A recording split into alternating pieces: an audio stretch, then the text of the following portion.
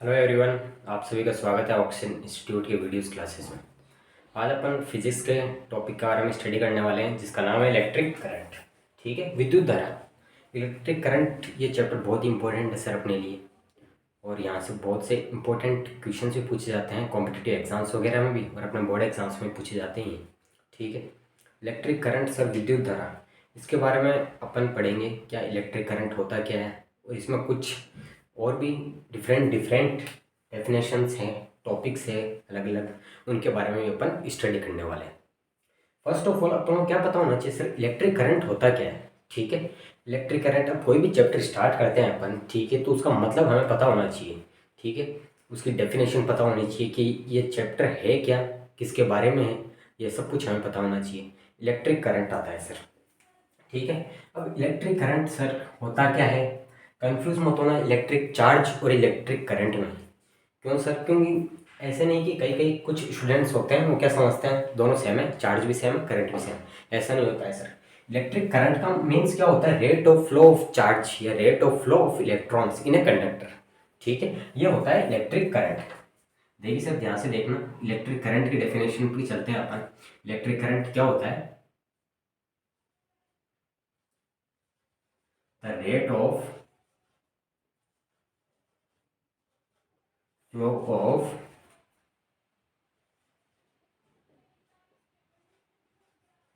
Electrons, या charge भी बोल सकते हैं, इन ए कंडक्टर।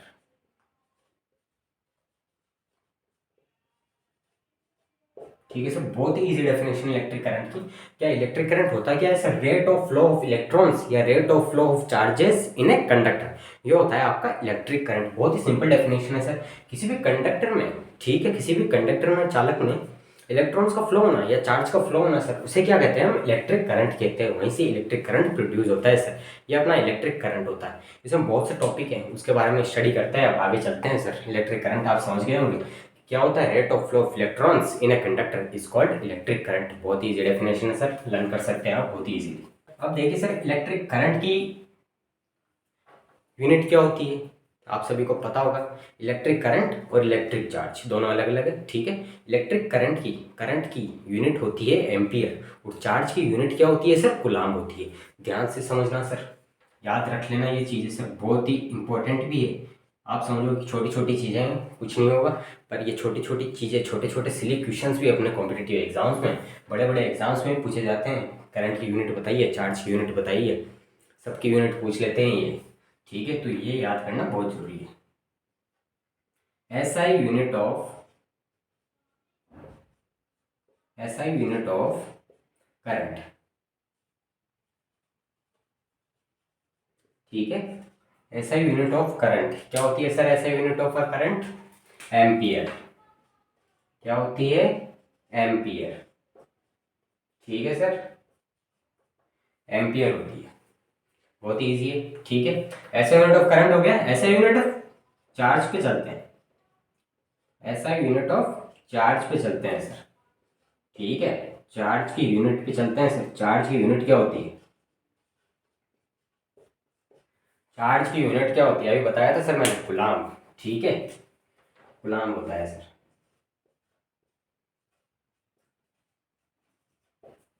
ठीक है सर, कूलाम होता है। कूलाम लॉ भी स्टडी करेंगे अपन। ठीक है, ध्यान से समझना sir. Electric current, rate of flow of charge या rate of flow of electron in a conductor. Okay sir, हो गया। ऐसा यूनिट ऑफ करंट पे चलते हैं। ऐसा यूनिट ऑफ करंट होता है अपना एम्पियर। ओके, चार्ज की यूनिट पे चलते हैं। ऐसा यूनिट ऑफ चार्ज क्या होता है, कूलाम होता है। ठीक है, हो चुका है। अब देखिए सर, करंट है वो वेक्टर क्वांटिटी है या स्केलर क्वांटिटी है। ठीक है, वेक्टर क्वांटिटी है, स्केलर क्वांटिटी है, कौन बताएगा सर। बिल्कुल सर, करंट है वो कौन सी क्वांटिटी है सर, स्केलर क्वांटिटी। ध्यान से समझना ये भी। ठीक है, समझने की बात नहीं है, याद करने की बात है सिर्फ। ठीक है, ऐसा ही, सॉरी यूनिट तो हो गई है। क्वांटिटी ये क्या है, current is a scalar quantity. Current is a scalar quantity. Current क्या है sir, current is a scalar quantity. बहुत ही इजी है, यहाँ से भी क्वेश्चन पूछा जा सकता है।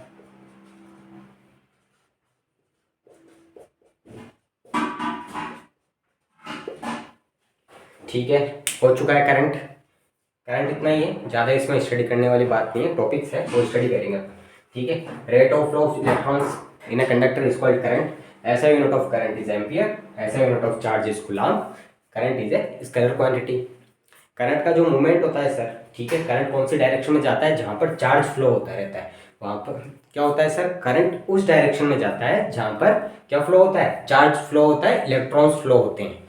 ठीक है, इसलिए करंट को क्या बोला गया है सर, स्केलर क्वांटिटी है, ये स्केलर क्वांटिटी बोला गया। अब चलते हैं, नेक्स्ट है वेलोसिटी। आप सभी को पता है क्या होती है। ठीक है, वेलोसिटी सभी को पता है, नॉर्मली है वेलोसिटी। ठीक है, जिसको अपन किस में मेजर करते हैं, मीटर पर सेकंड में मेजर करते हैं। ठीक है, पर इसमें क्या है, ड्रिफ्ट वेलोसिटी है। ठीक है, ड्रिफ्ट वेलोसिटी बहुत इंपॉर्टेंट है, उसके बारे में देखते हैं अब। ड्रिफ्ट वेलोसिटी क्या होती है सर, वेलोसिटी पता है हमें, ठीक है, नॉर्मल वेलोसिटी होती है। ठीक है, कोई भी कार मीटर पर सेकंड की स्पीड से चल रही है। ठीक है, जिसमें क्या डायरेक्शन भी होता है, और क्या होता है सर, कोई एंगल भी हो सकता है वहाँ पर। ठीक है, वेलोसिटी हम सबको पता है। ड्रिफ्ट वेलोसिटी के बारे में देखते हैं। ठीक है, ड्रिफ्ट वेलोसिटी क्या कहता है सर, जो एवरेज वेलोसिटी होती है, ठीक है, फ्री इलेक्ट्रॉन्स की, वो कहाँ की तरफ जाती है, किसकी तरफ बढ़ती है, पॉजिटिव एंड की तरफ बढ़ती है, और किसके अंडर में होती है, वो एक एक्सटर्नल इलेक्ट्रिक फील्ड के अंडर में होती है सर। ठीक है, ड्रिफ्ट वेलोसिटी क्या होती है सर,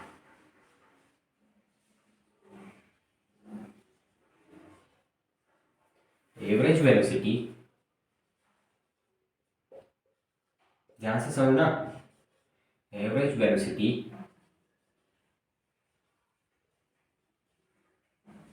ऑफ फ्री इलेक्ट्रॉन्स, मैं इलेक्ट्रॉन्स को ऐसे लिख सकता हूँ ई माइनस। ठीक है, average velocity of free electrons move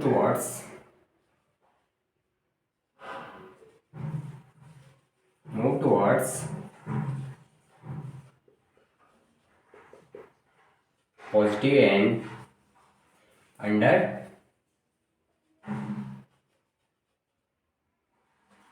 an external electric field.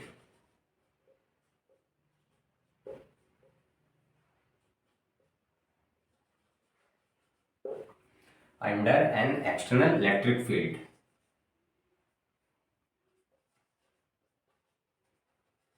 ठीक है, ड्रिफ्ट वेलोसिटी क्या होती है sir, average velocity of free electrons move towards positive and under an external electric field. बहुत ही इजी डेफिनेशन है, जल्दी से लर्न हो सकती है। ठीक है, एवरेज वेलोसिटी क्या होती है फ्री इलेक्ट्रॉन्स की, एवरेज वेलोसिटी क्या होती है, ड्रिफ्ट वेलोसिटी क्या होती है, जब एवरेज वेलोसिटी किसी फ्री इलेक्ट्रॉन्स की होती है, वो किसकी तरफ होती है, पॉजिटिव एंड की तरफ होती है। ठीक है, और कहाँ पर होती है सर, किसके अंडर में होती है, एक एक्सटर्नल इलेक्ट्रिक फील्ड होती है, मतलब एक बाहर से, मतलब इंटरनल नहीं, खुद की नहीं, एक्सटर्नल, एक्सटर्नल मतलब बाहर जो, मतलब कोई भी इलेक्ट्रिक फील्ड जनरेट हुई है वहाँ पर। ठीक है, उसी को क्या कहते हैं, ड्रिफ्ट वेलोसिटी कहते हैं। The average velocity of free electrons move towards positive and under an external electric field. बहुत ही डेफिनेशन है सर, कर सकते हैं लगना आप। एक छोटा सा टॉपिक हो रहा है सर, मोबिलिटी। ठीक है, मोबिलिटी क्या होता है, ड्रिफ्ट वेलोसिटी से कनेक्टेड है सर। ठीक है, ड्रिफ्ट वेलोसिटी हमें पता है कि एवरेज वेलोसिटी होती है फ्री इलेक्ट्रॉन्स की टुवर्ड्स पॉजिटिव एंड एक अंडर एक्सटर्नल इलेक्ट्रिक फील्ड में होती है। ठीक है, वो ड्रिफ्ट वेलोसिटी होती है अपनी। मोबिलिटी क्या होती है sir, for unit electric field. Mobility ध्यान से समझना सर, बहुत ईजी भी और इम्पोर्टेंट भी है। For unit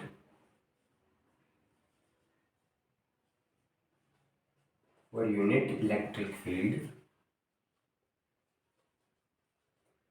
the value of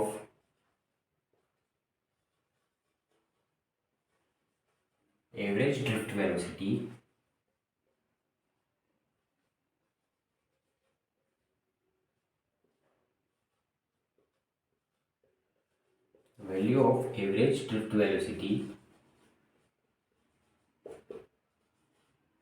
is called mobility। ठीक है, ये अपनी मोबिलिटी होती है सर। ठीक है, मोबिलिटी क्या कहता है सर, एक यूनिट इलेक्ट्रिक फील्ड है, वहाँ पर एवरेज ड्रिफ्ट वेलोसिटी की वैल्यू क्या होगी सर, उसे क्या कहते हैं, हम मोबिलिटी कहते हैं। ठीक है, मोबिलिटी को किससे रिप्रेजेंट करते हैं सर, मोबिलिटी को इससे रिप्रेजेंट करते हैं। ठीक है, ये मोबिलिटी का सिंबल है। ठीक है, ये मोबिलिटी का सिंबल है। मोबिलिटी की ऐसे यूनिट क्या होती है sir? M square V minus one S minus one. ठीक है, ये मोबिलिटी की ऐसे यूनिट होती है और ये अपना मोबिलिटी हो ही चुका है। ठीक है, एक यूनिट इलेक्ट्रिक फील्ड के लिए the value of average drift velocity is called mobility. ठीक है, बहुत इंपॉर्टेंट है, बहुत इजी भी है आपके लिए। देखिए सर, अपन ने बात कर ली इलेक्ट्रिक करंट, ड्रिफ्ट वेलोसिटी और मोबिलिटी की। ठीक है, पर अपन ने उनके फॉर्मूले नहीं देखे थे सर। ठीक है, तो फॉर्मूले एक साथ देख लीजिए अब, इलेक्ट्रिक करंट, ड्रिफ्ट वेलोसिटी और मोबिलिटी के। ठीक है, फॉर्मूले क्या होते हैं ये भी इंपॉर्टेंट है। यहाँ से न्यूमेरिकल्स तो बहुत ही 10% कोई पूछे जाते हैं, पर फॉर्मूले मतलब जो क्या होता है अपने क्वेश्चंस होते हैं उनमें अपने पूछा जा सकता है, राइट देयर फॉर्मूलाज, यूनिट्स, ये सब कुछ।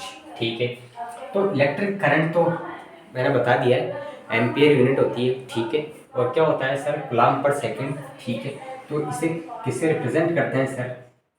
इलेक्ट्रिक करंट को कितनी बार बताऊं मैं, आप इसे आई से रिप्रेजेंट करेंगे। उसका फॉर्मूला होता है Q बाई टी।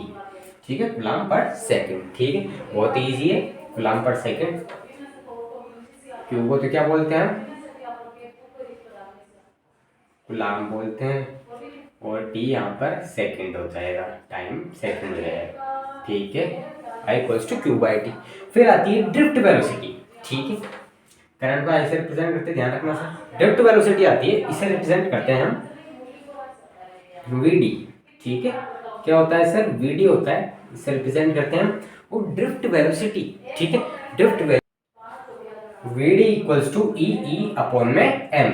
ठीक है, ये ड्रिफ्ट वेलोसिटी का फॉर्मूला होता है सर। इसे रिप्रेजेंट कर दिया हमने इसको, ड्रिफ्ट वेलोसिटी को, equals to E E upon में एम। ठीक है, ये अपना ड्रिफ्ट वेलोसिटी हो चुका है। फिर आती है मोबिलिटी। ठीक है, मोबिलिटी को मैंने बताया था किससे रिप्रेजेंट करेंगे अपन, इससे रिप्रेजेंट करेंगे। ठीक है, मोबिलिटी को इक्वल्स टू, मोबिलिटी का क्या होता है सर?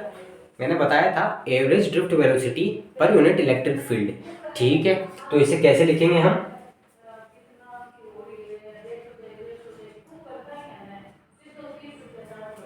क्या हो गया sir? Mobility equals to VD upon में ई। ये अपना क्या हो चुका है सर? मोबिलिटी का फॉर्मूला हो चुका है। ठीक है, तीनों अपन ने स्टडी कर लिए हैं, तीनों अपने कंप्लीट हो चुके हैं टॉपिक्स। आगे चलते हैं अब एक और इम्पोर्टेंट टॉपिक के बारे में, फिर अपन नेक्स्ट वीडियो में स्टडी करेंगे और भी इम्पोर्टेंट टॉपिक्स के बारे में जो इससे रिलेटेड है। इस चैप्टर के, इलेक्ट्रिक करंट चैप्टर के इम्पोर्टेंट टॉपिक है एक और ओम्स लॉ। ठीक है, उसके बारे में स्टडी करते हैं सर। ऐसा ओम्स लॉ मैंने बहुत बार बताया आपको सर, मेरी वीडियोस में भी है, आप वीडियोस देख सकते हैं। ठीक है, ओम्स लॉ सर क्या होता है? बहुत ही इजी डेफिनेशन है ओम्स लॉ की, पर कूलम्ब्स लॉ है वो थोड़ा सा हार्ड होता है सर। ठीक है, कूलम्ब्स लॉ भी स्टडी करेंगे, एक अलग से वीडियो बनाएंगे कूलम्ब्स लॉ के ऊपर। ठीक है, फुल डेरिवेशन के साथ। ठीक है, ओम्स लॉ देखिए सर क्या होता है, अकॉर्डिंग टू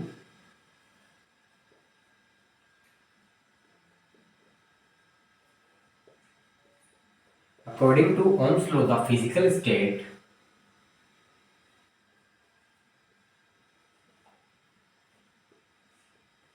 जो फिजिकल स्टेट्स होती है ना सर अपनी, physical states of substances,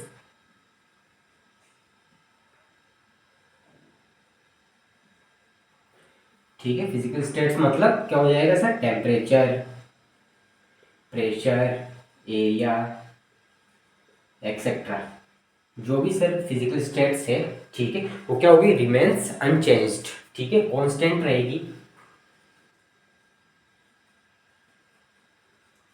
remains constant.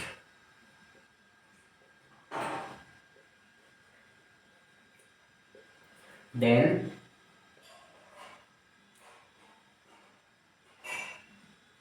the potential difference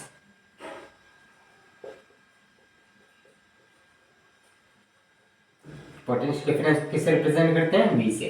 ठीक है, then the potential difference is directly proportional to,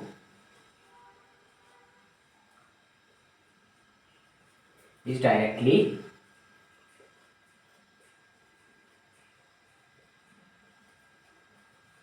proportional to electric current.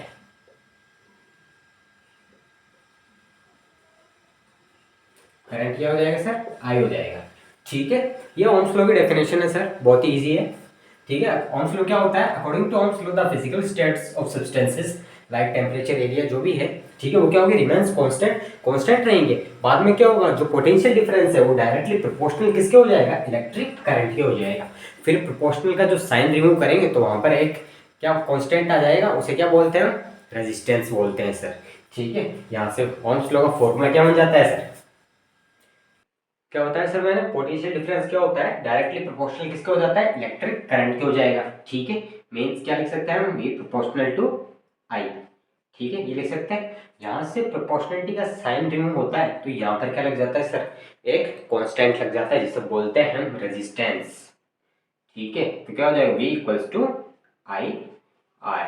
ठीक है, ये क्या बन चुका है सर? ये रेजिस्टेंस है R। ठीक है, ये प्रोपोर्शनलिटी का साइन रिमूव हुआ और कांस्टेंट लग गया R। ठीक है, और ये भी क्या हो जाता है सर? ओम्स लॉ का फॉर्मूला बन जाता है V equals to I R. ये अपना ओम्स लॉ कंप्लीट है। इस चैप्टर से और रिलेटेड हम नेक्स्ट वीडियो में स्टडी करेंगे।